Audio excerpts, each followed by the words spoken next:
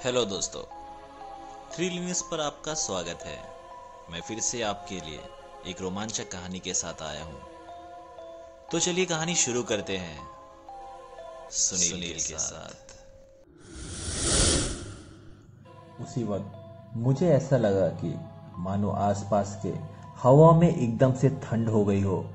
मैं सारी चीजों को समझ ही रहा था कि मुझे फिर वो लड़की दिखाई दी, पर इस बार वो ना रो रही थी और ना ही चिल्ला रही थी, बल्कि वो मदद मांग रही थी।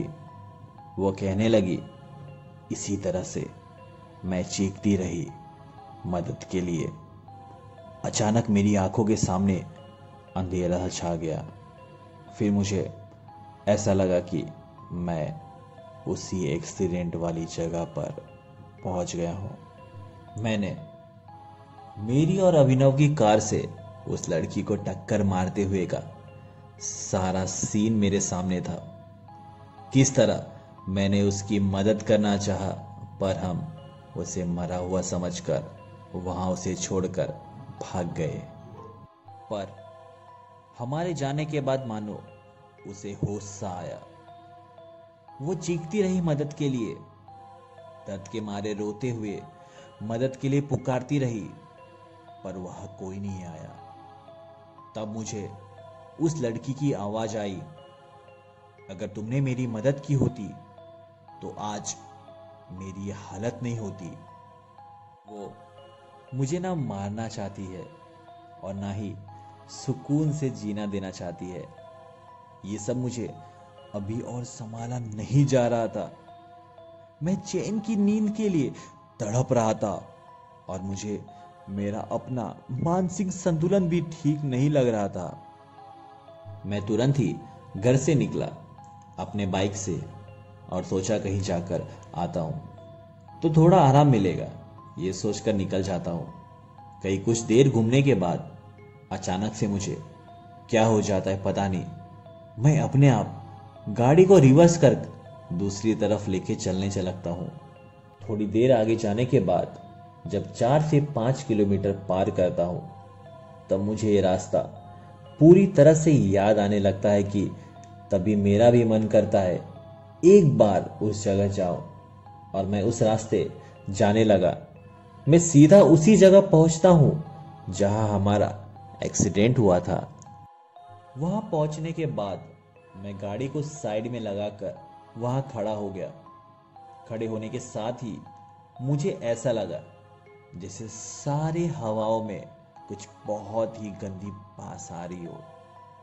मैं तुरंत ही अपने नाक को बंद करते हुए वहां से गाड़ी निकालने को ही सोचा कि वहां वो लड़की अचानक से भागते हुए आई और पूरी ताकत के साथ मुझे धक्का दिया और मैं अपनी गाड़ी से काफी दूर जाकर गिरा। अचानक से उसके इस हमले ने मुझे बहुत ज्यादा डरा दिया, क्योंकि इससे पहले कभी उसने मुझे नुकसान नहीं पहुंचाया था। मैं कराहते हुए उठा तो देखा अब वो यहाँ नहीं है। मैंने जैसे ही एक कदम आगे बढ़ाया, वो तुरंत फिर भागते हुए झाड़ियों में चले गई। मुझे कुछ समझ नहीं आ रहा था, बहुत परेशान हो गया था और ये लगातार आने वाली बदबू मेरी और भी हालत खराब कर रही थी। गिरने की वजह से मुझे कमर में चोट भी लग गई, जिस वजह से मुझे अच्छे से चलने नहीं हो रहा था। मैं कराहते हुए अपनी गाड़ी के इधर बढ़ने लगा, तभी वो फिर एकदम जोरों से रोने लगी, पर इस बार उसके रोने की आवाज बहुत ज्यादा थी। फिर वो शांत हुई तो पता नहीं क्यों मेरे मन में आया कि आखिर मैं भी झाड़ियों में घुस गया, और जैसे ही घुसा बदबू और तेज हो गई। मैं धीरे धीरे आगे बढ़ते हुए गया तो वहां से कुछ ही दूर आगे एक सड़ी पुरानी सी बॉडी पड़ी थी, जो कुछ दिन पहले की लग रही थी। मेरे वहां पहुंचने के साथ ही मैंने देखा वो वहां चल कर आ रही थी मेरे सामने। कुछ दूरी बनाकर वो नीचे बैठकर एक छोटे बच्चे की तरह बिलक बिलक कर रोने लगी। मैं भी लगभग से सब समझ ही गया था। डोजो आखिर झाड़ियों में क्या देखकर कार से कूदा था, मुझे अब सब समझ में आने लगा था। मैं तुरंत ही थोड़ा हिम्मत जुटाया और अपनी गाड़ी तक पहुंचा और सीधा गाड़ी से अपने घर पहुंचा और वहां से कुछ जरूरी चीजें लिया और फिर वही गांव की तरफ निकल गया। कुछ समय बाद जब पहुंचा तो देखा वहां सिर्फ बॉडी है और वो लड़की कहीं नहीं दिखाई दे रही थी। मैं ज्यादा ना सोचते हुए वहां खड्डा खोदने लगा और खड्डे को अच्छी तरह खोदकर वो बॉडी को वही दफना दिया और वहां से चला गया। दूसरे दिन मैं फिर वहां गया कुछ हार और फूलों के साथ और वहां जाकर चढ़ा दिया।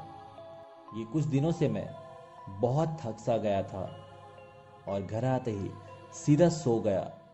जब उठा तो देखा काफी रात हो गई थी और मुझे भूख भी काफी लगी थी। पर उस हर रात की तरह आज भी परेशानी होना था, ये सोचकर मैं थोड़ा सा रुक गया और वहीं बैठा रहा।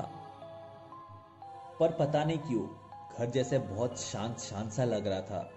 कुछ मिनट बाद मैं उठा कुछ खाने के लिए और किचन में गैस चालू किया और अपने लिए खाना बनाने लगा। कुछ पल बाद मुझे ऐसा लगा जैसे मेन दरवाजा किसी ने खोला, तो मैंने भी देखने के लिए किचन से बाहर आया तो देखा वही लड़की घर से बाहर की ओर चल के जा रही थी।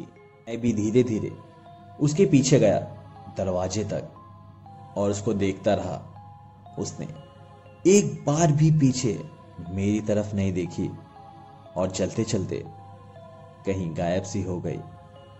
उसके गायब होते ही मैं तुरंत ही दरवाजा बंद करके घर के अंदर बैठ गया। एक वो दिन था और एक आज का दिन है। मैं बहुत खुश हूं। मैं अपनी लाइफ से अब तो मेरी शादी भी हो गई है और उस दिन के बाद से वो मुझे कभी नहीं दिखाई दी और मैं भी उस बात को अब एक बुरा सपना सोचकर पूरी तरह से भुला चुका हूं। आज की कहानी के लिए बस इतना ही। मैं आगे भी इसी तरह की कहानियों के साथ आता रहूंगा और अभी के लिए अलविदा।